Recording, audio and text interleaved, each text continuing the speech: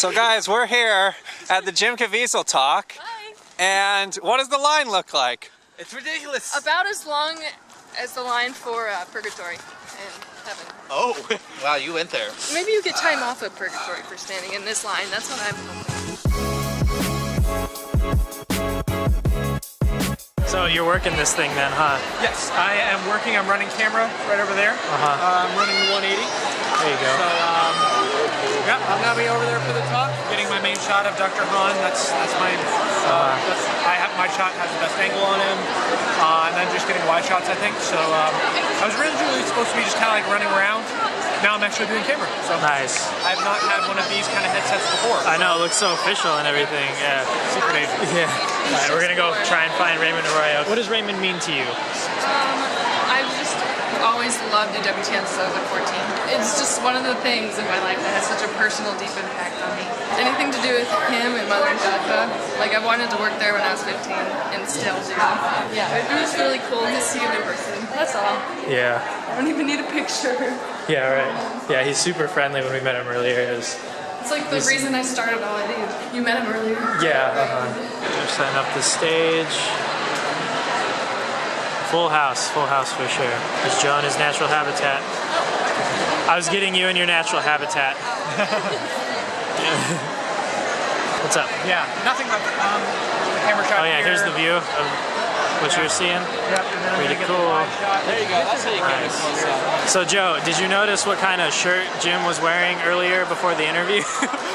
Yes, I noticed, and it made me sad. What was he wearing? But I love him anyway. He was wearing a Steelers shirt.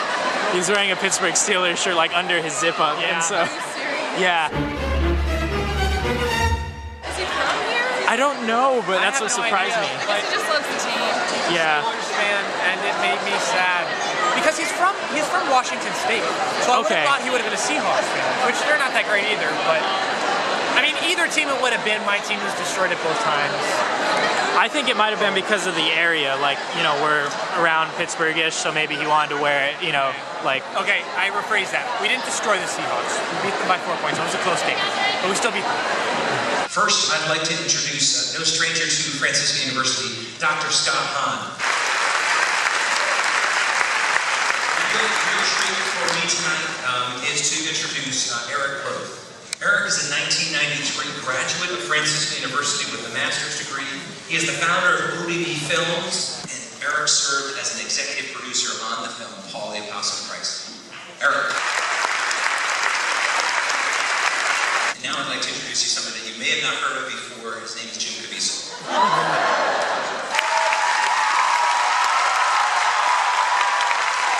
So, and our MC for this evening's panel discussion is Raymond Arroyo. He's the creator and anchor of EWTN's longest-running Catholic news program the world over.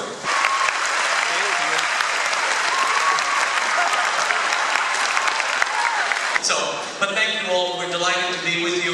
I want to jump right in. You know why we're here. We're here to talk about this incredible new movie, Paul, which is coming this Palm Sunday everywhere. I got into filmmaking. You know, when you kind of give your life to the Lord and you say, you can do what you want with my life, kind of strap on because you just don't know where He's going to lead you. But long story short, real passionate about evangelizing the young church. And early on, we made a lot of short films to help, you know, do that. And that kind of led to, one thing led to another, and to where we're producing feature films now.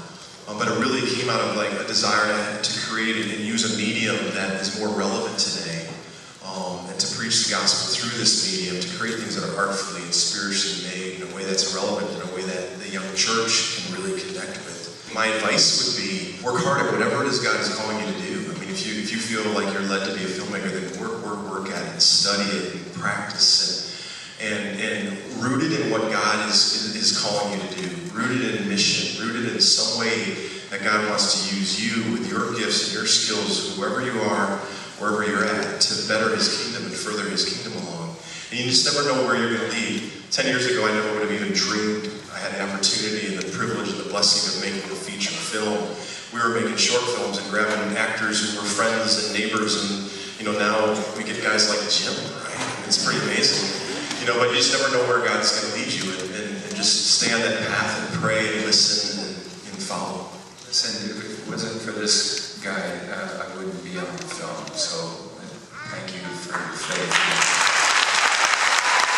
when you look at the earlier letters of Paul, like 1 Thessalonians, or even the Corinthian correspondence, there's a lot of interesting, profound theological speculation. But when you fast forward to the prison epistles, you get a sense that they're shorter and they get right to the point, which is how do you live the gospel, especially in the face of the persecution around us in the world. And I think, I think back 30, 40 years, nobody saw this coming. I mean, what has happened to our culture in redefining everything from marriage to right and wrong, traditional morality is now viewed as weird, which is the weirdest thing of all. And so we have got to buckle up and really pray and enter into the wisdom of Paul's writings, because we might not end up in prison, but our children or our grandchildren will, and they're going to have a lot to learn from the lessons of this man. It's said that Paul was such a zealous apostle, Paul was, because Saul was such a zealous persecutor. God redirected all of that energy, and even though he's aging in this movie, it is really refined and deepened, and I think that's the kind of wisdom we need now. Theological speculation has a place, but that really practical wisdom in the face of death and suffering, this is where we learn life's deepest lessons. So right now, they're trying to set up a selfie with everyone else in the crowd. 1, 2. Gorgeous. Okay. We'll tweet it out. Everybody sit there. Everybody tag yourself. In my eye, if they were to go in real deep, you would see the cameras, but you would also see a priest with the Eucharist. And when I was on the cross, I would look down at him, and he would hold the Eucharist up, and I would just stare at it. So you were literally seeing Christ reflected through my eyeballs.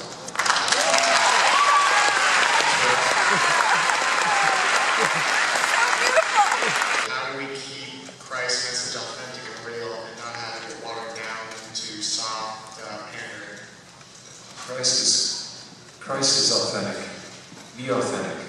And that's the nice thing about this film. It's one of the few Christian films, if I may use that nomenclature, really the first since The Passion, that acknowledges the brutality that's happening around these people and what happens to them. And it's not always a pretty picture. But to my mind, if you're not going to be honest enough and show the whole thing, then don't tell the story. That's half the story. We have people all the time, coming after us and saying, I just don't like violence. I just don't like violence, and they miss the spirit of what Jesus has done for us. I can't look away from it. When we did that, Mel was like, okay, all right, we're going to put the hooks in Jim's side. Right here, Jim. Come here. Get over here. Oh my God. And he runs over here and he comes over. Bam. I go, oh, sorry, Jim, did I hit you? Oh, hey. The hook right here is going to rip the flesh right off his side. Everybody's looking at him like, oh, don't worry about it, I'll figure it out. And then he cuts away and he shows the Blessed Mother. It's just extraordinary. He tempers it, but you think you're seeing it still because you see her flinching, and we still see it in our mind's eye. We think we're actually watching it. Later on, he's like, all right, Jim, I know your shoulder's really messed up. Beep, beep, beep, and you're carrying it, okay? You're going to go down, all right?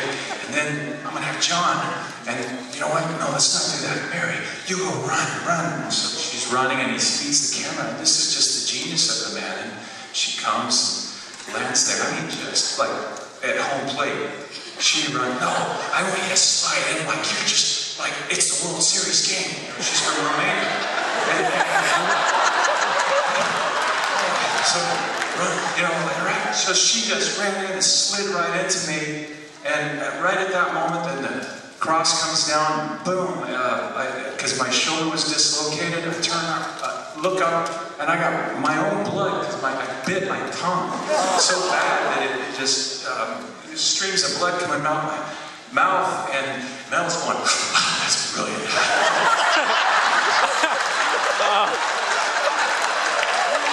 We're at war with the most dangerous enemy that has ever faced mankind in his long climb from the swamp to the stars.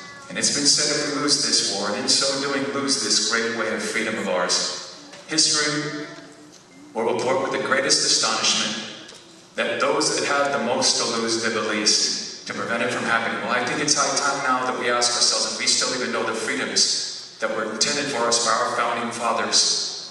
Every generation of Americans needs to know that freedom exists, not to do what you like, but having the right to do what you ought. You weren't made to fit in, my brothers and sisters. You are born to stand out, set yourself apart from this corrupt generation. Be saints. God bless you.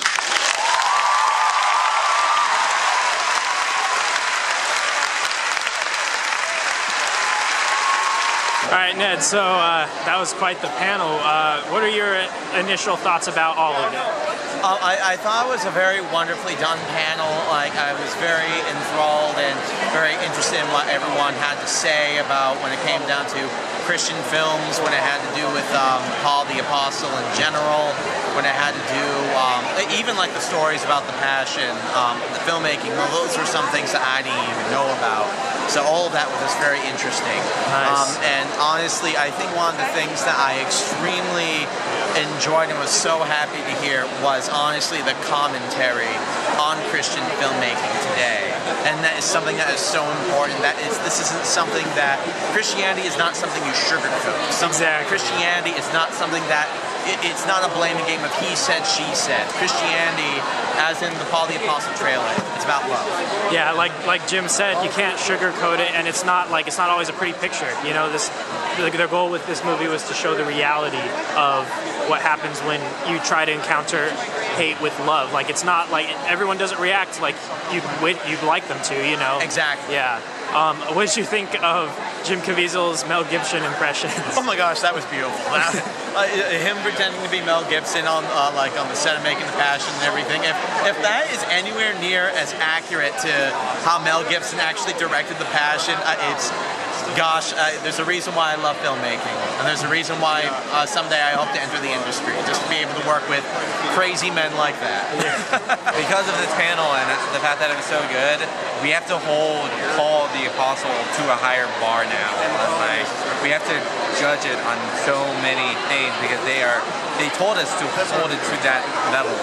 Yeah. Like, he commented on how good the script is, so if the script is anything less than perfect, I'm going to be very disappointed in the movie. They really hyped it up in this, and I mean, after we saw the trailer reaction, I was kind of putting it on the same level of Rizzle. You know, that's what it kind of feels like. I was like, okay, it's probably going to be pretty good. You know, like typical kind of Christian, like, you know, there'll be a like conversion scene and, you know, super like praise and worship music almost, you know, but after seeing this, they really set the bar high, like Marc was saying, but I also firmly expect them to surpass them. Like, they were really hyping it up, and I don't think they would do that just for the sake of publicity or to us.